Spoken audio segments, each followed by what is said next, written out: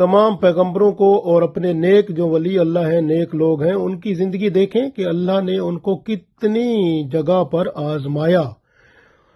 اور پھر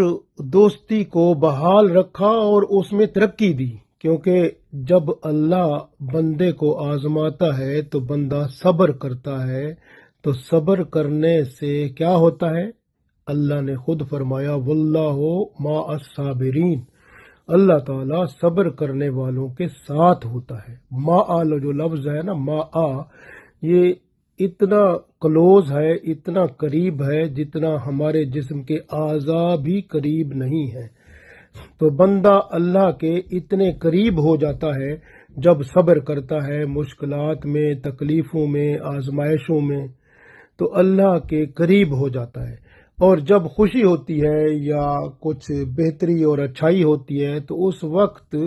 بندہ شکر ادا کرتا ہے۔ گویا ایمان والا جو ہوتا ہے وہ صبر اور شکر سے اللہ کی دوستی کو پاتا ہے۔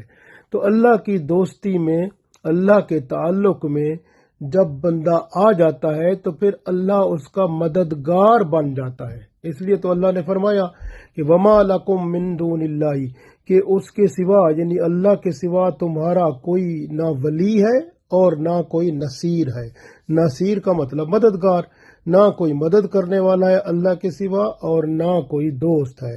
اس لیے دوستی کرنی ہے تو اللہ سے کریں، اور اللہ کی دوستی اس طرح شروع ہوتی ہے کہ پہلے تو اپنے آپ کو صحیح طرح مسلمان بنائیں،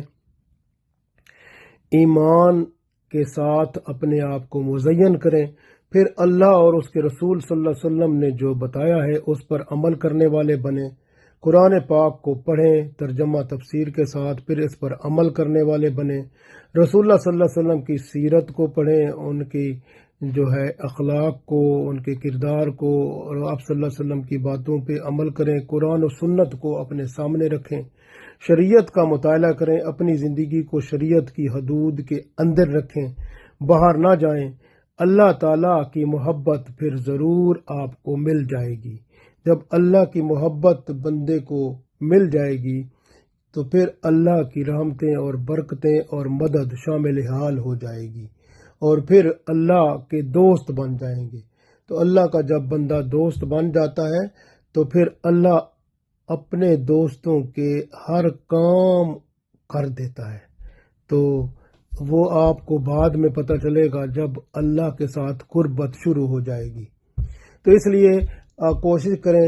کیونکہ اللہ تعالیٰ نے خود فرمایا ہے کہ والذین آمنوا اشد حبا للہ، جو ایمان والے ہوتے ہیں تو وہ اللہ سے شدید ترین محبت کرتے ہیں۔ سب سے بڑھ کے محبت اللہ سے ہوتی ہے، پھر اس کے بعد رسول اللہ صلی اللہ علیہ وسلم سے، پھر والدین سے، اور اگر بیوی ہے تو میاں سے، تو اس طرح سے آگے محبتیں چلتی ہیں، لیکن سب سے بڑی محبت، اعلیٰ محبت اللہ کی ہوتی ہے۔ اس لیے اللہ کے ساتھ محبت کریں، اللہ کے ساتھ دوستی کریں، اور رسول اللہ صلی اللہ علیہ وسلم نے جس طرح بتایا اس پر عمل کر کے اللہ کے ساتھ تعلق کو بحال کریں، اور پھر انشاءاللہ اللہ کی دوستی میں ایسا آپ لطف پائیں گے کہ آپ کچھ کام کرنا چاہیں گے تو آپ کو معلوم ہوگا کہ یہ تو اتنا آسان جلدی ہو گیا، یہ میرے کہنے سے پہلے ہی کام ہو گیا، یہ تو میں سوچ رہا تھا اور تو پہلے ہو گیا۔ تو اس طرح کی باتیں ہوتی ہیں، اور یہ ہوتا ہے، میں اس کا گواہ ہوں، اور یہ ضرور ہوتا ہے۔ اور اللہ تعالیٰ جب مہربان ہوتا ہے تو بہت کچھ ہوتا ہے،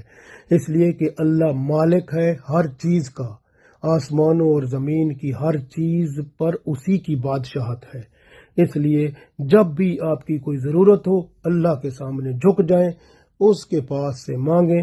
اور اسی کو اپنا دوست اور اپنا مددگار پائیں۔ انشاءاللہ اللہ تعالیٰ آپ پر کرم فرمائے گا، اور رسول اللہ صلی اللہ علیہ وسلم بھی آپ سے خوش ہوں گے، کیونکہ آپ صلی اللہ علیہ وسلم اللہ سے ملانے کے لیے تو آئے ہیں۔